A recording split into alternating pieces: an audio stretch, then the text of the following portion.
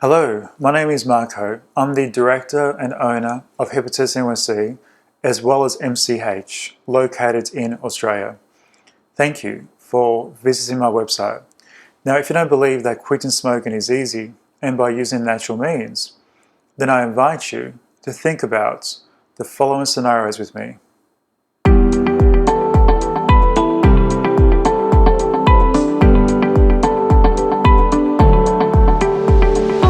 A female who, when she discovers she's pregnant, decides to quit smoking right then and there for many months.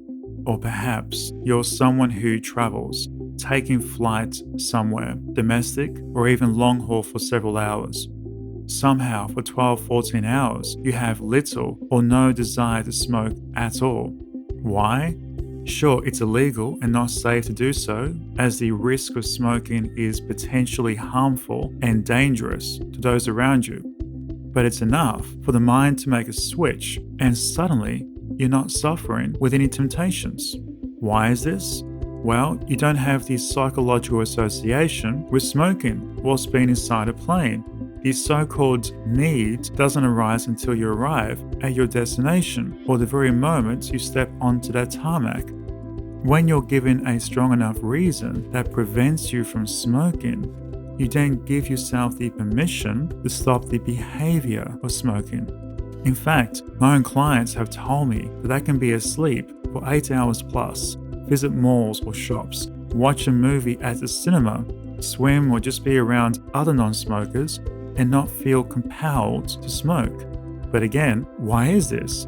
How is it physically possible for a pack or 2-pack a day smoker to comfortably sit inside a movie theater for 2 or 3 hours without a single urge or craving? That's because it's not a physical addiction. I know there's a bold statement to make, so allow me to clarify something.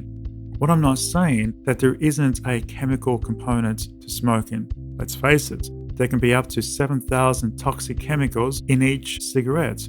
So I do want to draw that distinction. However, what I'd like to point out is this. If there was a true chemical addiction, then surely you would desire a cigarette regardless of what you're doing or which location you're at. The physical withdrawal symptoms will be too severe to cope without it. So all of this contradicts the belief that smoking is a physical addiction and just shows how many so-called physical addictions are just learned associations.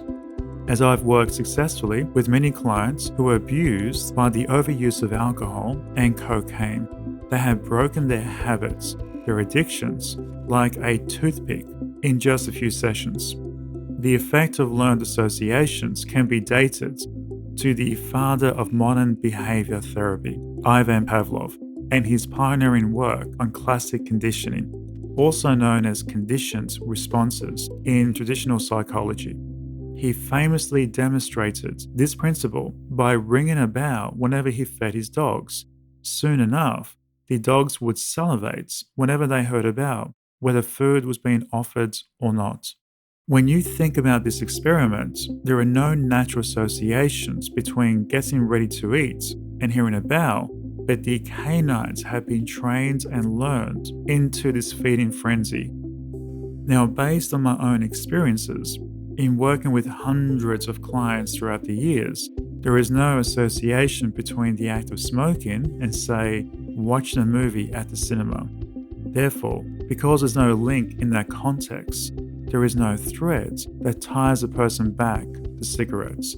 In other words, the smoking behavior is extinguished in that instance. Now, these are just a couple of examples, but there are many more instances where you probably thought a cigarette was needed, but you just carried on without them. It's just a question of looking for exceptions. So I encourage you to look for these exceptions. You have many of these smoke-free moments in your life, stitched across many activities and a wide variety of experiences. When you view the smoking behavior from this lens, a different perspective, you begin to see past those old tired beliefs that quitting smoking is difficult. As you can see, With my testimonials, feedback, and countless reviews throughout the years, it's been demonstrated time and time again that you can turn the impossible possible. As a hypnosis coach, I do avoid speaking in absolutes and always look for exceptions. So I invite you to do the same. Find those exceptions when you're less tempted or not tempted to smoke at all. The differences where you relate to smoking differently and challenge these common beliefs about smoking. You know the ones. I'm hooked, I'm addicted, or it's my best friend, it's my crutch. When you question the validity of such statements, you begin to change the course of that narrative. Truth be told, you weren't born with a cigarette in your mouth. You learnt the behavior at some point in your life, most likely during early to late teens, or even as a young adult. And if you can learn it, you can unlearn it.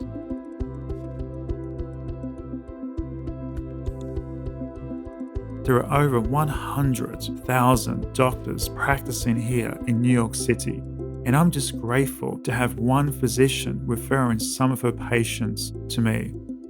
Fill in the quit smoking form today and book in for a free consultation, also known as a strategy call. Let's strategize together and break these smoking habits for good. The provided information would tell me more about your motivation. Why is quitting smoking important for you? Before I wrap this up, here's a quote I once heard. Addiction is the only prison where the locks are on the inside. You have the master key to unlock and free yourself from this mental prison, from this habit, the shackles and so on. You just have to give yourself the permission to recognize this. I can help you find that key, but only you can insert that key into the door and take that first step towards freedom.